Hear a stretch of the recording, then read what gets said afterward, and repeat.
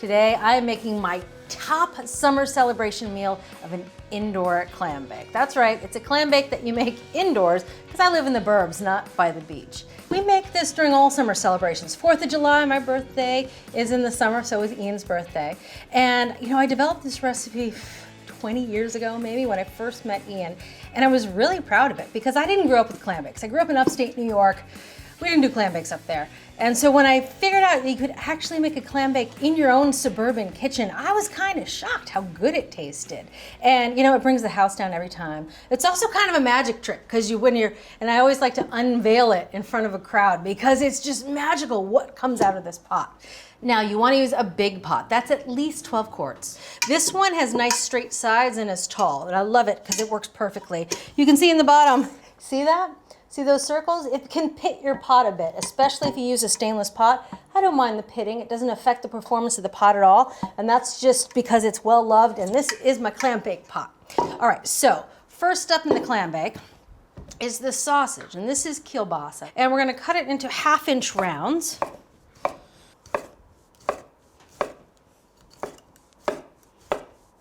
All right, step one is we're gonna layer the kielbasa into the bottom of the pot. So a single layer, all cut side down. So I'm gonna take some time here really to arrange it all so it's all flat and in a single layer. And this is pretty crucial because step one of making a clam bake is we're gonna put this pot over high heat. And so when that heat hits the bottom of the pot, you have this fatty kielbasa here that will start to brown and render. And it is a delicious flavor, but it also prevents things from burning on the bottom of the pot. So it's kind of like a flavorful insulator. So kielbasa goes on the bottom of the pot, looks about like that. All right, so next up, clams and mussels. Now you can use all clams, all mussels. I like using a combination of the two because I think they look pretty.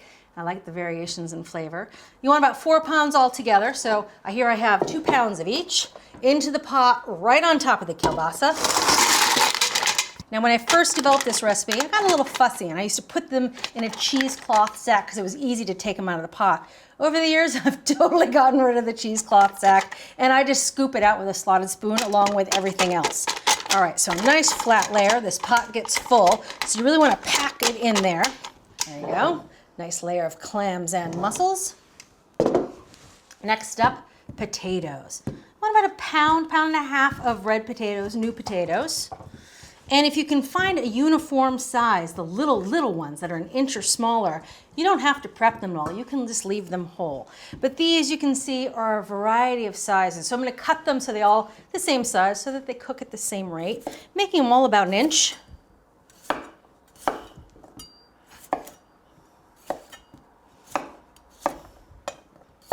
Hi, Hazel. Someone wants the kielbasa already.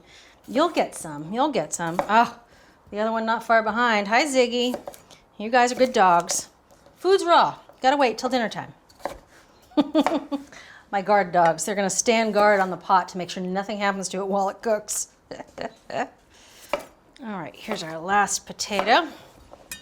Into the pot the potatoes go, right on top of the clams and mussels. All right, next layer, second to last layer is corn. This is just corn on the cob, and I actually bought it this way. They trimmed it so it fits perfectly in the pot, and they left just a few of the husks on one side, and I'm gonna put it in the pot husk side up. That way, when the lobsters go on top, any of the albumin that comes out of the lobsters hits the husk and doesn't get into the corn. Just makes it look tidier. All right, in goes the corn. Last but not least, the lobsters. All right, here I have 2 lobsters. Told you it was a tight pot.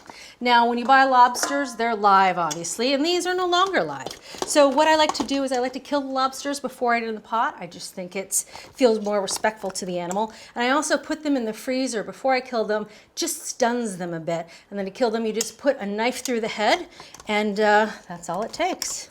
So there's that last lobster. It is a full pot, so you definitely don't want to use a pot that's too small. So let me describe to you what's going to happen when we put this pot with the lid on over high heat for 20 minutes, medium high heat if you have a powerful stove. So as the heat comes up to that first layer, hits the kielbasa. The kielbasa sears, releases its fat and its juices. Then the heat goes up a bit further, hits the clams and the mussels. They steam, they open, all their juice comes out, hits the bottom of the hot, dry pot, creates an amazing amount of steam that steams the potatoes and the corn and reaches the lobsters. By the time the heat hits the lobsters and they start to cook, they also release juice, which helps keeping that steamy environment so everything cooks through. Also makes everything taste a little like lobster, which is kind of the hallmark of a great clam bake. All right, so, I forgot to take the rubber bands off the claws. Now that they're dead, you don't have to worry about it. Ian hates it when I forget to take the rubber bands off. He likes to think that everything tastes like rubber. I think he's making it up. But it is nice not to cook the rubber bands. All right, on goes the lid. I know you're worried if it's gonna fit, right? Just barely. Like I said, this is my clam bake pot, so I know it'll fit. But you see how it has this domed lid, gives me that little bit of extra insurance. All right, on to the heat it goes. 20 minutes, we'll start the timer. So I've never had a clam bake take any longer than 20 minutes, but we are gonna test it for doneness by looking at the potatoes after that 20-minute mark. If the potatoes are done, the whole clam bake's done. It's been about 20 minutes, time to check the clam bake. Oh, that's the best part. That is the smell of summer celebrations right there. Woo. All right, so the trick to telling if everything's done, as I mentioned before, is in the potatoes. So what you can do is you can take the tip of a paring knife or a skewer like this, and you can find some potatoes right on the edge of the pot. You can find them right underneath the corn. You just want to see if they're tender. So far, so good. We're good. All right, so everything's done. Time to platter up this feast. Now, take your time plattering this. First of all, it's hot, as you know. Second of all, it is fun. Try to do this in front of a crowd if you can, because this pot is a little like Mary Poppins bags. You'll just shock everybody with what's coming out. All right, so I'm gonna put the lobsters aside for now, and I'm just using the lid of the pot to catch any drips. Oh. My daughter always names the lobsters. Their names are always George and Larry, so George and Larry can stay there. Now you're gonna need a big old platter for this. And what I like to think about doing is dropping this platter right on the middle of the table, and everyone can kind of grab what they're wanting at the moment. So there's the corn, making sure everyone has access to the corn. And that little bit of white albumin that came out of the lobsters that's on the corn, that's okay. I actually love the flavor of that. All right, now using a spoon, a slotted spoon, I just like to go in there and take everything. So you got some potatoes, you can go down and get some clams and some kielbasa, and just dump it onto the platter. Cleanup crew's already here in case I happen to drop anything on the floor.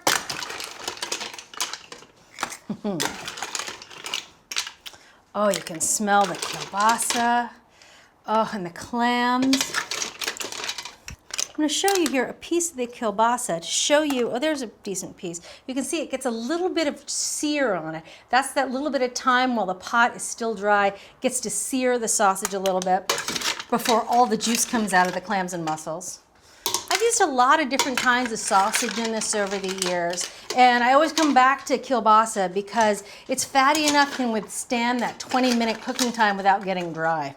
Now the neat thing is that what's left in the bottom of this pot is a really flavorful liquid. Think about the clams and the mussels and the lobster and all the juice that they release as they cook. And I like serving that alongside everything so people can dip it into the juice if they want to. So here I have a little bowl, a little strainer. Just gonna strain that jus.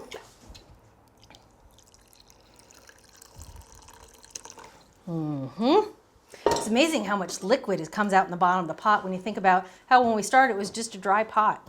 No need to add any liquid to this. All right, whew, there we go. Let's not forget the melted butter, shall we? Along with the jus, I like to add a big bowl of melted butter. Oh yeah, dipping the potatoes in the butter is my favorite part. All right, last but not least, the lobsters. Oh, right on top. And that is how you assemble a beautiful platter of indoor clam bake, perfect for everyone who lives in the suburbs like me. This is my favorite summer feast. It's only missing one thing. And that is a bucket of ponies. Now, if you don't know what a bucket of ponies is, ponies are a little beer. I think they're about 7 ounces. And you serve them in a big bucket of ice because they stay ice cold. All right, so a bucket of ponies. Don't mind if I do. Look at all this gorgeous food. I mean, it comes together in a snap. Really, this meal takes less than an hour, and it is so impressive. Might as well make a little plate to taste it. A mussel, a clam. Oh, potatoes, yes please. Oh, some of that kielbasa. Kielbasa, I like to dunk. Sometimes I do individual serving bowls of the jus, just so everyone can really dip as they like. A little butter. Oh. And some cold beer. Oh, it doesn't get any better than this in the summer. See you next time. Thanks for watching. What'd you think? Leave a comment below and let me know what you're excited to cook this week. And while you're at it, hit that subscribe button. You can get today's recipes and more for free at our website, americastestkitchen.com/JuliaAtHome.